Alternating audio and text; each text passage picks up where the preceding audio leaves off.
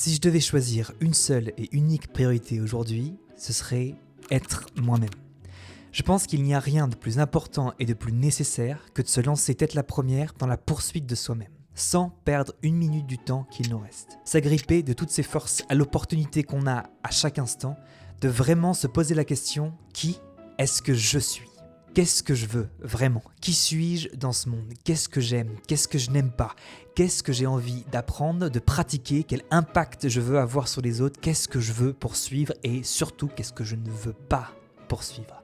Quel genre de vie j'ai envie de vivre? Être un peu self-centered pour une fois. N'en voulez pas, j'ai habité longtemps à Londres, j'aime bien les termes anglais. Ça veut simplement dire se recentrer sur soi-même et se mettre en priorité. Aujourd'hui, tu es capable de sentir qu'il y a un truc qui va pas.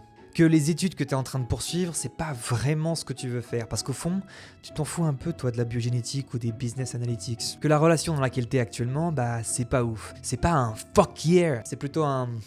ouais. Que tu t'es toujours pas inscrit à la poterie alors que c'est l'activité que tu préférais pendant les camps de vacances quand t'étais gamin. Faut l'avouer, on se fait bouffer par toutes les choses préconstruites et imposées par le monde. Par la pression familiale et sociale, par le fait de devoir faire comme tout le monde et de suivre la meute bien gentiment. Mais aussi par toutes ces peurs financières, relationnelles, professionnelles, forcément liées au regard des autres. Et on finit par s'oublier, soit par cacher qui on est vraiment, jusqu'à ne plus savoir ce que vraiment veut dire. Comme un acteur qui voulait tellement bien faire en jouant un rôle sur scène qu'une fois les rideaux baissés, il n'est plus capable de revenir à lui-même. Il s'est oublié. J'en sais quelque chose, je suis acteur. J'ai appris des techniques pour jouer d'autres personnes que moi-même, en utilisant mon corps, ma voix et en m'amusant à modeler mon monde intérieur. Et je peux vous dire qu'on est tous capables de jouer autre chose que soi-même. Vraiment, c'est pas si dur. On le fait tous, sans s'en rendre compte. Pas d'une manière aussi extrême qu'un comédien qui incarne des personnages complètement différents de lui, mais plutôt en accumulant avec le temps des couches de différentes versions de nous-mêmes créées à travers nos expériences de vie. Parce que c'était une option séduisante à un moment donné pour nous aider à traverser certaines difficultés. Sauf que ces options séduisantes, cette habitude de créer une couche puis une autre par-dessus, finissent par nous déconnecter un peu plus à chaque fois de notre authenticité, du vrai diamant brut pur et dur qui existe à l'intérieur de chacun de nous. Et c'est lui qui a la réponse à toutes les questions que j'ai posées juste avant. C'est lui, The North Star, qu'on doit suivre coûte que coûte. C'est ce diamant qui nous éclaire la bonne voie dans l'instant. On doit trouver un moyen d'être capable de toujours toucher du doigt ce diamant pour qu'il nous serve de compas. Parce que si ce diamant est enseveli sous toute cette roche, ces couches de protection qui nous empêchent d'y accéder, alors on est condamné à errer dans ce monde sans jamais se sentir apaisé, avec une sensation constante que tout est toujours difficile. C'est pour ça que c'est primordial de créer un lien direct avec ce diamant à l'intérieur, qui représente qui on est vraiment.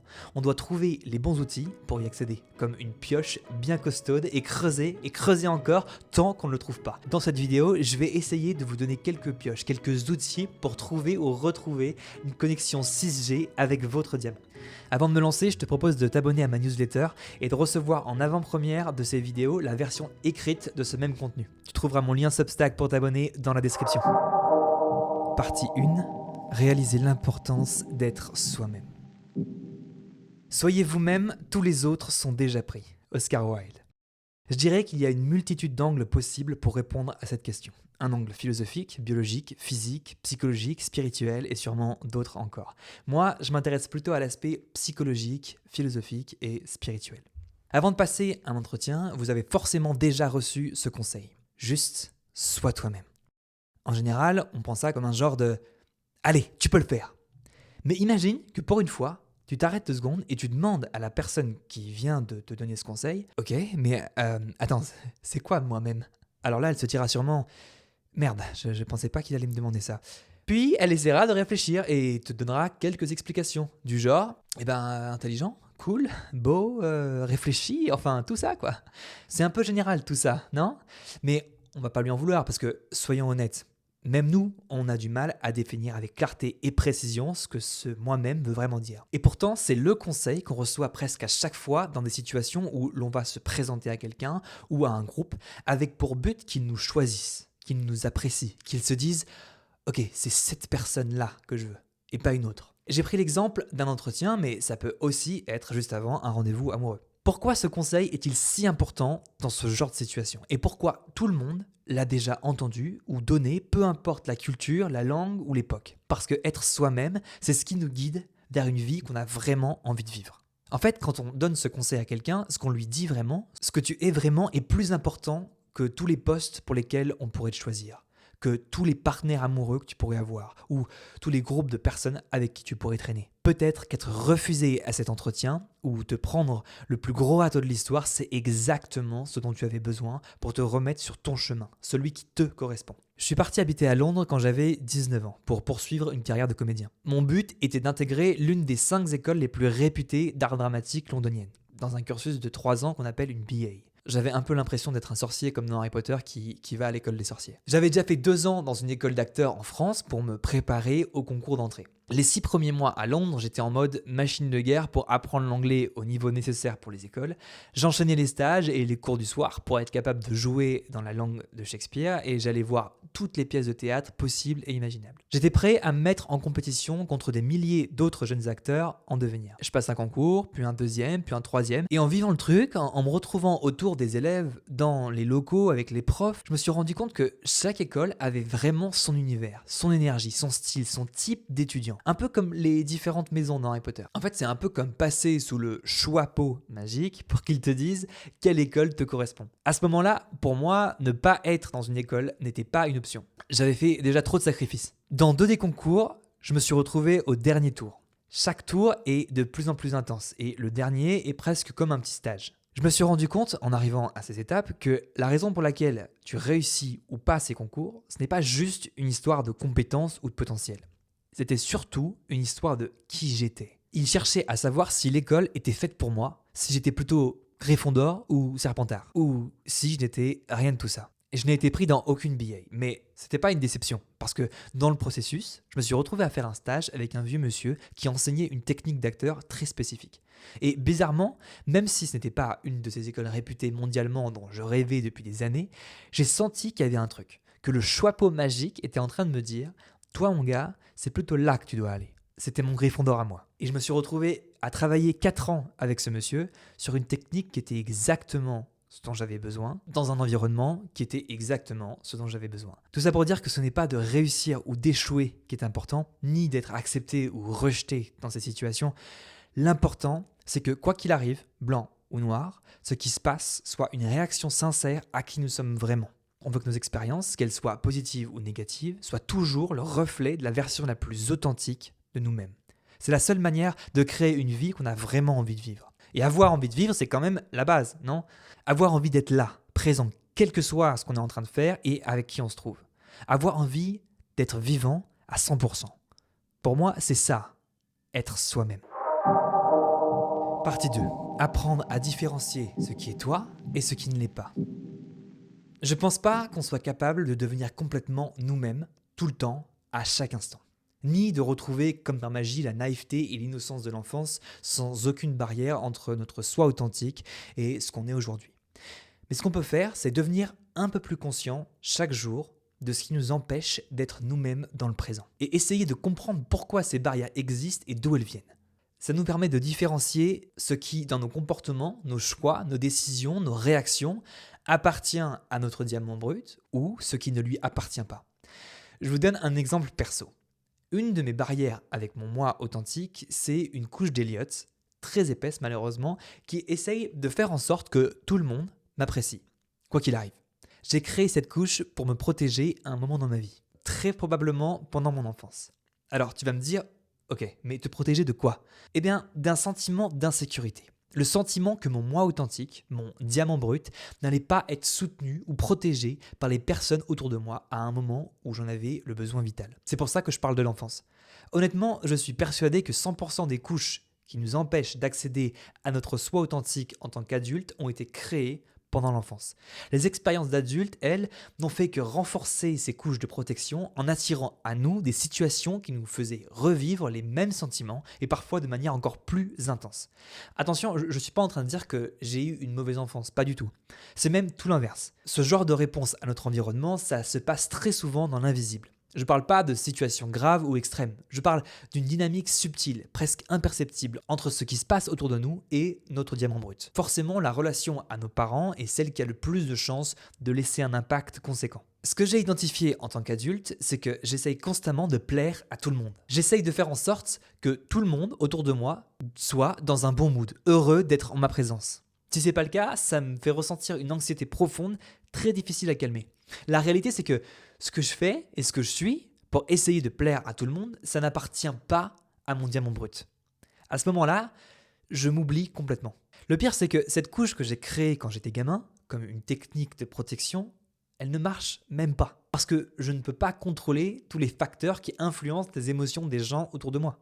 C'est impossible. Je ne peux clairement pas plaire à tout le monde en même temps. Mais ça, mon cerveau d'enfant, il s'en fout. Lui, il estime que c'était la meilleure solution. Et je me retrouve adulte avec cette couche qui m'empêche de me connecter à mon diamant. Je peux te dire qu'elle a eu le temps de s'épaissir avant que je réalise qu'elle était là. Je donne l'exemple de cette couche-là parce qu'elle est particulièrement forte pour me diriger vers une vie que je ne veux pas vraiment. C'est une couche de protection qui influence ce que je suis en fonction de ce que les personnes autour de moi préféreraient que je sois. Ou du moins, ce que je perçois de ce qu'elles préféreraient que je sois. J'ai été végétarien pendant 8 ans. J'ai décidé de le devenir après avoir vécu 2 mois entouré de personnes végétariennes. Alors oui, j'aurais pu être attiré par ce régime après cette expérience. J'ai testé, j'ai appris des trucs à travers des discussions, sauf que maintenant, je sais que ce n'est pas le cas. À l'époque, je n'étais pas encore du tout conscient de cette couche que j'avais, qui me faisait essayer de plaire à tout le monde. Et donc, je ne me posais pas de questions. Je devenais végétarien et je trouvais n'importe quelle justification. Alors que j'aurais pu prendre le temps de me demander si je décidais de devenir végétarien parce que ça allait dans le sens des gens qui m'entouraient à ce moment-là, ou si je voulais vraiment être végétarien. Je ne peux pas parler pour mon moi de l'époque, mais clairement, aujourd'hui, je sais que je ne veux pas être végétarien. J'ai appris doucement à être capable de me poser la question et d'avoir une réponse qui vient directement de mon diamant. Il faut partir du principe que tu as forcément des couches sur ton diamant, toi aussi. Tu as besoin de mettre ton ego de côté 2 secondes et d'accepter que tu as des comportements, des croyances, des réactions qui t'empêchent de diriger ta vie avec authenticité. Alors comment tu fais pour différencier ce qui appartient à ton diamant brut et ce qui ne lui appartient pas? Pour moi, aujourd'hui, ça passe par ce que j'appelle faire un check. Je me check avant chaque décision, même petite, que je prends dans ma journée. Et je suis convaincu que la réponse à mon check se trouve dans mes tripes. Je pose ma main là, sur mon ventre, et je me demande, est-ce que le choix que je suis en train de faire vient de mon diamant ou est-ce qu'il vient d'une de mes couches de protection? Tes tripes, elles le savent. Elles sont les meilleures potes de ton diamant. Tu as juste besoin de respirer 2 secondes et de vraiment écouter ce qu'elles te disent. C'est pas évident à entendre. Peut-être que la réponse est toute petite, faible en énergie et à peine audible, mais ça fonctionne comme un muscle. Plus tu le fais, plus cette petite voix intérieure devient forte et puissante, au point que tu n'as presque même plus besoin d'y penser. Plus tu y fais attention, plus tu seras capable de discerner ce qui appartient à ton diamant et ce qui n'en fait pas partie. Quand tu commences à avoir cette capacité bien développée, l'étape suivante, c'est d'agir, de suivre à la lettre ce que ton diamant te raconte. Et pour ça, il faut développer ton toi créateur. Une des pioches particulièrement efficaces pour creuser les couches et se reconnecter avec son diamant, c'est d'entretenir notre muscle créateur. Alors là, tu te dis, mais qu'est-ce qu'elle raconte? Muscle créateur de quoi? Non, en fait, c'est simple. Je parle juste de notre capacité à créer. Ça peut passer par le dessin, la musique, la poterie, la danse, le sport, les langues, les histoires, toute activité qui implique ta créativité, que ce soit à travers une création extérieure ou avec ton propre corps. C'est plus clair là, non? Et attention, c'est pas forcément artistique. T'as pas besoin d'être un artiste pour créer. Pour moi, un sportif est tout autant créateur à travers son corps et ses mouvements. Et puis, on dit bien créer du muscle quand on parle de sport, non? On ne va surtout pas dire à Schwartzy que la musculation n'est pas un art. S'il y a une chose qui m'a aidé à me reconnecter à mon diamant, c'est de réaliser, de me rappeler que j'étais un créateur. Même en tant qu'adulte responsable. Ça m'a permis de retrouver ce gamin qui faisait des dessins de dragons en maternelle avec ses copains, sans aucune autre ambition que de créer quelque chose en provenance directe de mon diamant. On a tous cette capacité de création. Peut-être que toi, c'était pas des dragons, c'était des libellules, mais tu utilisais bel et bien ton pouvoir créateur. En grandissant, la plupart d'entre nous, on met cette capacité créatrice de côté. Elle devient de moins en moins importante dans notre vie. Pourquoi ? Parce qu'on nous a rabâché qu'il fallait bien apprendre un métier, trouver un job et payer le loyer. Faire quelque chose de sûr, de cohérent et de logique pour tout le monde. Mais sûrement pas créer une voie unique, celle qui est la tienne, qui te correspond vraiment. Non, non, ça, jamais, beaucoup trop risqué.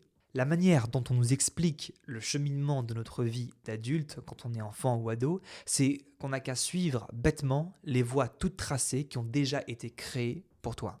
On nous fait croire que ton pouvoir créateur ne sert à rien dans le monde des adultes, que tout est déjà là, bien fait, bien construit. Mais c'est une pure illusion. On met malheureusement beaucoup trop de temps à le déceler, parfois même jamais. C'est ce pouvoir créateur qui va nous permettre de créer une vie alignée avec notre diamant. De faire des liens entre des métiers, des domaines pour créer une place originale qui n'existe que pour soi. Une place dont la société a autant, voire plus, besoin que n'importe quel autre métier dit normal. Et donc de gagner un salaire et de payer un loyer si on veut parler de choses essentielles. Il faut être conscient que de toute manière, les besoins d'une société évoluent constamment avec le temps. Les technologies évoluent, des métiers disparaissent et d'autres se créent constamment. Alors oui, il y a quelques générations, c'était plus lent, mais aujourd'hui, c'est évident, la vitesse d'évolution est folle, au point où on est obligé de se reconstruire toutes les quelques années, et ce n'est pas près de ralentir. Moi, je ne ferai pas confiance une seconde aux voies toutes tracées pour une vie bien rangée. Je fais plutôt confiance à mon pouvoir créateur et à mon intuition pour être capable de m'adapter et de trouver ma place. Une place alignée avec mon diamant. Une place qui évoluera avec le temps. Je sors à peine de cette illusion. Je commence juste à réaliser qu'on a essayé de me duper. Mais je suis prêt à me laisser emporter parce que mon diamant m'a concocté. Prêt à créer une voie qui me correspond, alignée avec le monde tel qu'il est aujourd'hui. De la même manière que je créais en dessinant mes dragons sur ma petite feuille de papier. Conclusion, c'est le projet d'une vie d'être soi-même. Il n'y a pas de moment où on se dit « ça y est là, j'y suis ». C'est plutôt quelque chose qu'on décide de poursuivre avec force, à chaque instant, avec le courage de regarder ses limites en face, de les accepter, puis de se dire « ok, j'en ai assez. J'en ai assez de cette frustration, de cette démotivation, de ce dégoût. Ce que je veux, à partir de maintenant, c'est du désir, de l'envie, de l'excitation. Une vie qui m'anime. » Il faut se laisser porter et guider par ce genre d'émotions, en écoutant ce que ton diamant a à te dire. Faut pas trop essayer d'intellectualiser le truc, ni de compliquer ce qui est plutôt simple. Tout se passe dans l'instant, dans le moment présent. T'as juste à être toi-même, ici et maintenant, dans ce moment, puis dans le suivant, et ainsi de suite. En faisant ça, tu crées une vie, un coup de pinceau après l'autre, qui te ressemble. Une vie alignée avec qui tu es vraiment. Je te laisse là-dessus. Merci d'avoir regardé et on se retrouve dans la prochaine vidéo. Bye.